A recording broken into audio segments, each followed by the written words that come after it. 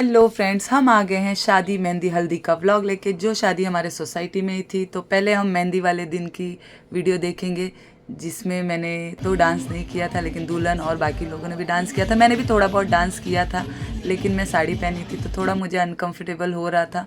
तो मैंने सोचा हल्दी वाले दिन कमाल करेंगे। तो इसमें मेरी बेटी ने किया, तो मैं बोली चलो ठीक है, तुम कर लो।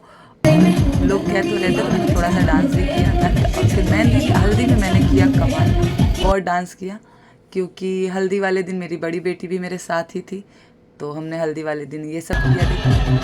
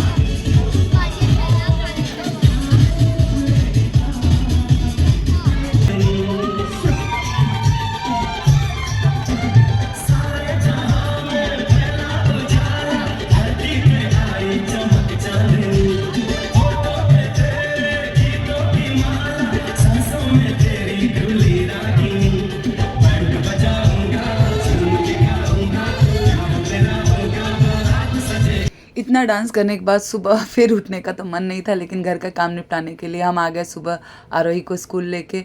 और उसे स्कूल छोड़ के हमने सोचा, शादी में जाने का प्लान नहीं था गाइस, तो इसलिए हल्दी मेहंदी बहुत फुल टू इन्जॉय किया हमने। और आरोही को स्कूल छोड़ के दुल्हन के लिए गिफ्ट लेना था, तो हम चले आए कुछ साड़ी वाड़ी की शॉपिंग करने, क्योंकि शादी में जाने का प्लान नहीं था। तो हमने सोचा शॉपिंग करके जो भी उनका गिफ्ट नेग है वो सारी चीज़ें उनके घर पे ही दे दें। तो हम आ गए शॉपिंग करने, और शॉपिंग करके गिफ्ट पैक करके उनके घर पे गए। लेकिन घर पे जाने के बाद पता चला कि वो गिफ्ट एक्सेप्ट ही नहीं कर रही थी। उन्होंने बोला कि आप ये लेके जाइए और शादी में ही लेंगे। तो वो उनका प्यार था, मतलब प्यार तरीका था प्यार जताने का। ठीक है, फिर मैं भी मान गई कि चलो भाई जाते हैं। पति को कन्विंस किया। मेरे ऑर्डर्स भी थे मेकअप के, तो मैंने एक दो मेकअप का ऑर्डर कैंसिल कर दिया, क्योंकि अब मुझे खुद शादी में जाना है, तो मुझे भी तैयार होना होगा, बच्चों को भी तैयार करना पड़ेगा।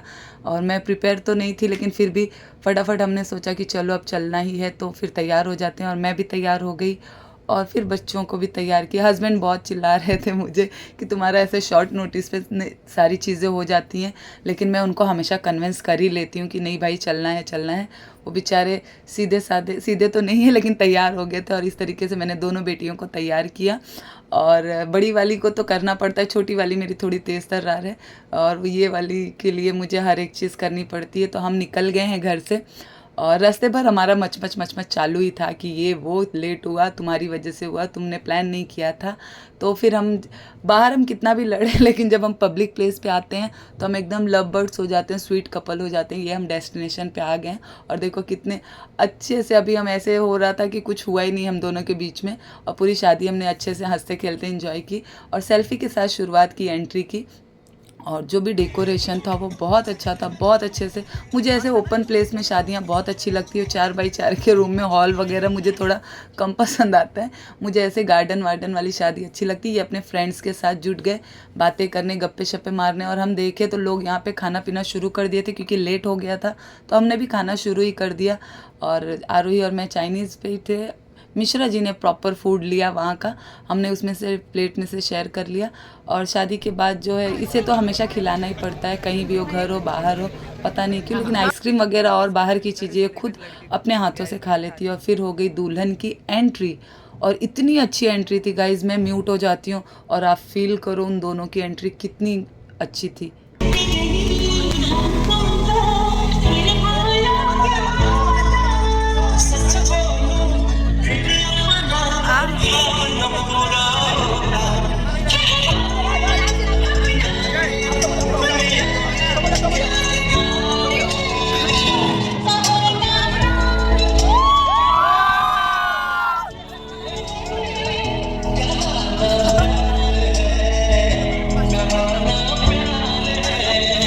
और ये सब देख के मुझे इतनी खुशी हुई और फिर ये लोग निकल गए स्टेज के लिए। गाइज़ मैं इतनी इमोशनल हो जाती हूँ ये सारी चीज़ें देख के, पता नहीं क्यों।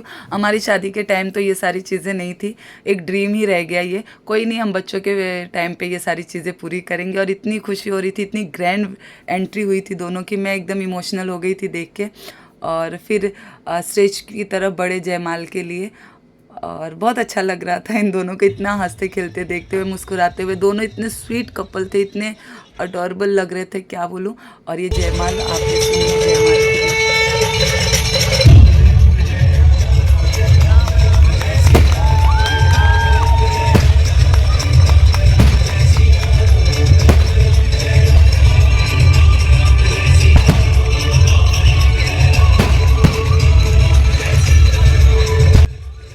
चाँद तारे गवाही बने इनके जयमाल का, और इतना अच्छा लग रहा था, इतना ऐसे सच में ऐसे लग रहा था राम सीता जी शादी कर रहे हैं। और मुझे बहुत अच्छा लगा देख के।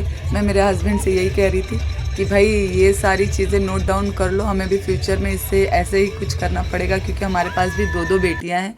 तो हम लोग बहुत इन्जॉय किए शादी को। और फिर उसके बाद रिसेप्शन पे जाना था, और इन्होंने सबसे हाथ जोड़ के प्रणाम किया और सबने इनको ब्लेसिंग्स दी। और फिर हम चले गए स्टेज में, क्योंकि हमें जल्दी निकलना था, सुबह बच्चों का स्कूल था।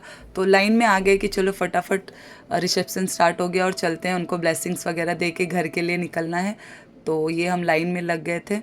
और मतलब जो दुल्हन थी उसको, उसने मुझे बोला था कि तुम्हें आना है। और वो मुझे पता था कि वो जो हिसाब से मुझे बोली थी, उसको यकीन तो था भाभी अब आएंगी, बहुत धमकी वमकी दी हूँ तो आ ही जाएंगी।